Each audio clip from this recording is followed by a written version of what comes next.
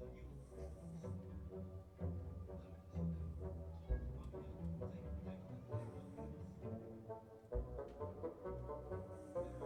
材は先に合わせる食材を湯切りにしたらそれを合わせます。イカの旨味が最後に引き出すのがタレです。これが入った具材